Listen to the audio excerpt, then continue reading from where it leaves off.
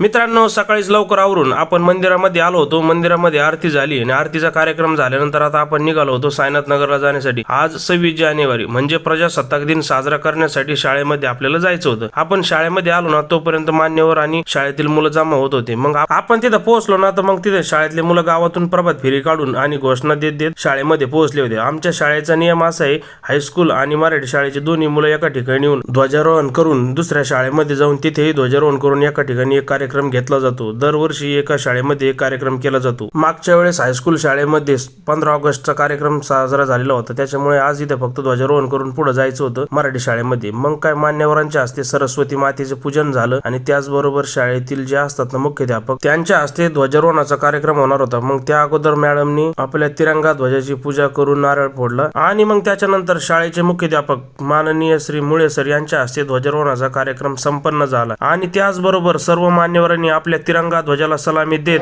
ध्वजगीताला सुरुवात झाली. त्याची तुम्ही एक झलक बघून घ्या.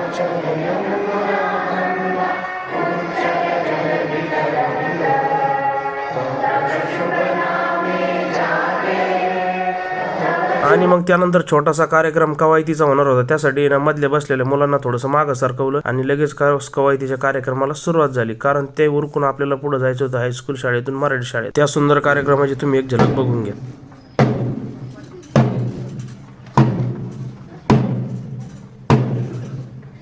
तर रामकृष्ण हरी मित्रांनो, मी आपला मित्र अशोक गायकवाड. कवायतीचा कार्यक्रम उरकून आपण निघालो होतो आता मराठी शाळेमध्ये जाण्यासाठी. तिथं आपण आलो ना, तर तिथं मुलांसाठी स्वयंपाकाचा कार्यक्रम चालू होता. आजच्या कार्यक्रमासाठी ज्यांनी पंगत दिली असे ते शालेय व्यवस्थापन समितीचे तरुण तडफदार नेतृत्व करणारे आमचे सचिन दादा गंडाळ आणि योगेश भाऊ शेळके यांनी या कार्यक्रमाचा नारळ उचलला होता. त्यांनी अतिशय सुंदर स्वयंपाक बनवला होता. आणि हो मित्रांनो, आमच्या सचिन दादाचे घरचे दुकान असल्यामुळे ना लापशीमध्ये ना काजू बदाम भरपूर होते आणि त्याचबरोबर आहे फिटर कांदा कापीत बसले होते. म्हणलं आज पाणी सोडून तुम्हाला कांदा कापता येतो का? ते म्हणे करतो प्रयत्न. म्हणलं चालू दे शिकताना वजे होते. मग काय तोपर्यंत इकडे ना शाळेचे सर्व विद्यार्थी पण जमा झाले होते आणि आदरणीय शाळेचे मुख्याध्यापक सरांना विनंती केली होती की त्यांच्या हस्ते ध्वजारोहणाचा कार्यक्रम व्हावा. आणि मग त्यांनी तो मान स्वीकारला आणि झटपट ध्वजारोहणाचा कार्यक्रम उरकून घेतला. आणि त्याचबरोबर मग शाळेतील पुढील कार्यक्रमांना सुरुवात झाली. त्यामध्ये पहिला कार्यक्रम कवायतीचा झाला आणि त्यानंतर भाषणाचा झाला. मग त्यामध्ये आमच्या मुली तनुष्काचं तुम्ही भाषण इंग्लिश मधून होते, त्याची एक तुम्ही झलक ऐकून घ्या.